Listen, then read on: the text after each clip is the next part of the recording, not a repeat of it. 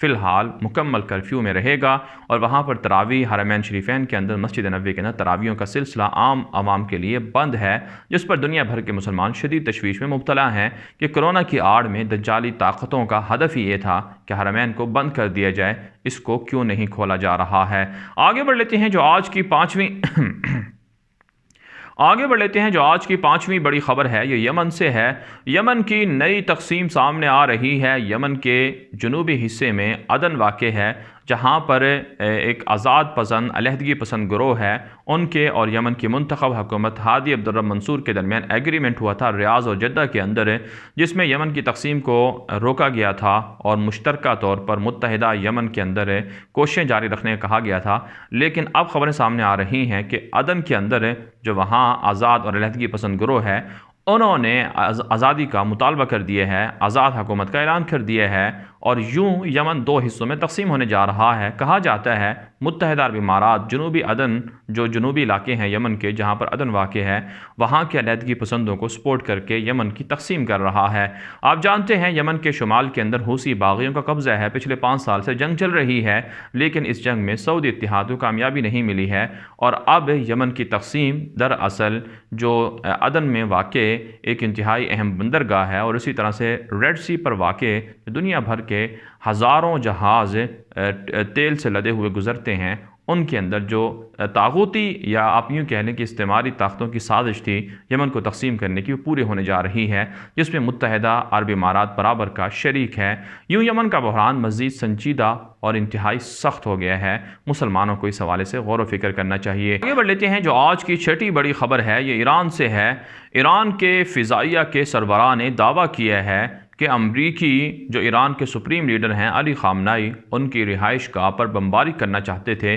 قاسم سلیمانی کو 3 جنوری کو Baghdad airport پر امریکی طیاروں نے ڈرون کے ذریعے سے مار دیا تھا۔ اس کے بعد ٹرمپ نے دھمکی دی تھی کہ اگر ایران نے جوابی حملے کی کوشش کی تو 52 کے قریب انتہائی ایران کے اہم مقامات امریکی فوج کے نشانے پر ہیں۔ اس میں جو ایک اہم مقام تھا وہ ایرانی سپریم لیڈر علی خامنائی کی رہائش گاہ بھی تھی، جس پر بمباری کی جا سکتی تھی، لیکن ایرانی فضائیہ کے سربراہ نے کہا ہے کہ ایران نے جوابی حملے کیے ہیں اور اپنے سپریم لیڈر کی رہائش گاہ پر حملے نہیں ہونے دیے ہیں۔ دوسری جانب ایرانی صدر حسن روحانی نے قطر کے امیر تمیم حمد ثانی سے فون پر رابطہ کیا ہے اور انہیں یقین دلایا ہے کہ خطے کے اندر کسی بھی نئی کشیدگی کے اندر ایران خود سے پہل نہیں کرے گا اور ایران کسی جنگ کا حصہ نہیں بڑھے گا۔ حالیہ دنوں میں ایران اور امریکہ کے درمیان کشیدگی بڑھی ہے، لیکن بہت سے طاقتوں کا ماننا ہے کہ پس پردہ ان ممالک کے اچھے تعلقات ہیں۔ خطرناک فوجی سیٹلائٹ جاری کی گئی ہے، خطرناک ہتھیار بنائے جا رہے ہیں، لیکن ایران کے خلاف نہ امریکہ اور نہ ہی جو یورپی ممالک ہیں وہ کوئی ایکشن لے رہے ہیں۔ بڑھ لیتے ہیں جو آج کی 7ویں بڑی خبر ہے، یہ ناظرین کرام بنگلہ دیش سے ہے۔ بنگلہ دیش کے اندر 10 لاکھ سے زائد روہنگین مسلمان پناہ گزین کیمپوں میں موجود ہیں۔ بنگلہ دیش کے اندر نئے روہنگین پناہ گزین آنا چاہتے ہیں، مہاجرین آنا چاہتے ہیں۔ میانمار کے اندر جہاں اراکان آپ یوں کہہ لیں راکھائن جو ریاست ہے مسلمانوں کی، وہاں میانمار کی بدھسٹ فوج حملے کرتی ہے، مسلمانوں پر ظلم کرتی ہے، اور چین بھی اس میں برابر کا شریک ہے، کیونکہ معدنیات سے مالا مال جو راکھائن یا اراکان جو اسٹیٹ ہے، وہاں مسلمانوں کو نکال کر بدھ جو دہشت گرد ہیں ان کو بسانے کا سلسلہ ہے۔ تو تازہ ترین اطلاعات کے مطابق روہنگین مسلمانوں کی 2 کشتیاں اس وقت بنگلہ دیش کے ساحلی سمندر پر موجود ہیں، جنہیں بنگلہ دیش انٹر نہیں ہونے دے رہا ہے۔ بنگلہ دیش کا کہنا ہے کہ ان کی ذمہ داری نہیں ہے کہ وہ روہنگین مسلمانوں کو پناہ دیں یا ان کی دیکھ بھال کریں، جس پر انسانی حقوق کی تنظیموں نے نوٹس لیا ہے۔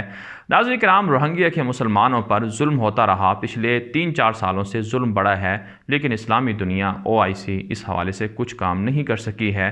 اس حوالے سے مسلمانوں کو غور و فکر کرنے کی ضرورت ہے۔ آگے بڑھ لیتے ہیں جو آج کی 8ویں بڑی خبر ہے، یہ اسرائیل سے ہے۔ اسرائیل کے دارالحکومت تل ابیب کے اندر پہلی مرتبہ ہزاروں یہودیوں نے نیتن یاہو اور بینی گینٹس کی مخلوط حکومت کے خلاف احتجاج کیا ہے۔ لاک ڈاؤن ہے، لیکن اس کے باوجود اسرائیل کے یہودی سڑکوں پر نکلے۔ تل ابیب میں انہوں نے دعویٰ یہ کیا ہے کہ جو اسرائیل کی غیر قانونی بستیاں جو غرب اردن کے اندر، مغربی علاقے کے اندر، فلسطین کے اندر موجود ہیں، ان کو اسرائیل کی نیتن یاہو حکومت اسرائیل کے اندر ضم نہ کرے۔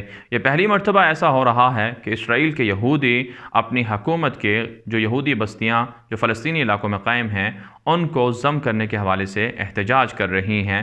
کہا جاتا ہے نیتن یاہو کرپٹ ہیں اور وہ اپنے کرپشن کو چھپانے کے لیے اسرائیل کو مزید اس طرح کے اقدامات کی طرف لے کر جا رہی ہے جس سے اسرائیل کا مستقبل تباہ و برباد ہو سکتا ہے۔ آگے بڑھ لیتے ہیں جو آج کی 9ویں بڑی خبر ہے، یہ شمالی کوریا سے ہے۔ ناظرین کرام، شمالی کوریا کے سربراہ کم جونگ ان کی صحت کے حوالے سے خبریں مسلسل چل رہی ہیں اور پچھلے 24 گھنٹے کے اندر ٹویٹر پر دنیا بھر کے اندر شمالی کوریا کے سربراہ ٹاپ ٹرینڈ رہے ہیں۔ ان کی وفات کی خبریں ہیں، لیکن امریکی میڈیا نے کچھ ایسی سیٹلائٹ تصاویر جاری کی ہیں جس میں جو شمالی کوریا کا شہر ہے ونسان، وہاں پر شمالی کورین سربراہ کی جو خصوصی ٹرین ہے، ان کا ذاتی گھر ہے، وہاں دکھایا گیا ہے۔ اس میں کہا جاتا ہے کہ شمالی کورین جو وہاں سربراہ ہیں کم جونگ ان وہاں پر موجود ہو سکتے ہیں۔ دوسری جانب چین کا طبی عملہ اس وقت شمالی کوریا کے اندر موجود ہے۔ اتنی بات تو ثابت ہے کہ شمالی کورین جو سربراہ ہیں ان کی صحت بہت زیادہ خراب ہے۔ امریکی صدر نے ان کی وفات کی خبروں کی تردید کی ہے۔ اور ناظرین کرام، جو آج کی 10ویں بڑی خبر ہے یہ یورپ اور جرمنی اور دنیا بھر کے اندر کرونا وائرس کے حوالے سے ہے۔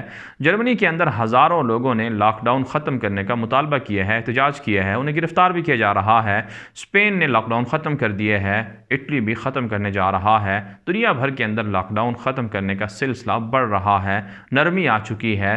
دوسری جانب یورپ کی معیشت کورونا کی وجہ سے تباہ و برباد ہو چکی ہے۔ بہت سے لوگوں کا ماننا ہے کہ سویڈن نے لاک ڈاؤن نہیں کیا، یورپ کا اچھا ملک تھا، ان کی اسٹریٹجی کامیاب رہی اور لوگ بے روزگار نہیں ہوئے، اور پاکستان کے وزیر اعظم کی جو کارکردگی ہے لاک ڈاؤن نہ کرنے کے حوالے سے یا پھر اس میں نرمی کرنے کے حوالے سے، اسے بھی سراہا جا رہا ہے۔ بھارت نے بھی لاک ڈاؤن ختم کر دیا ہے۔ اور ناظرین کرام، بہت سے لوگوں کا ماننا ہے کہ کورونا ایک مصنوعی وبا تھی، اس کے ذریعے سے دنیا کو بے روزگاری اور بھوک کے بحران کے اندر مبتلا کیا گیا ہے۔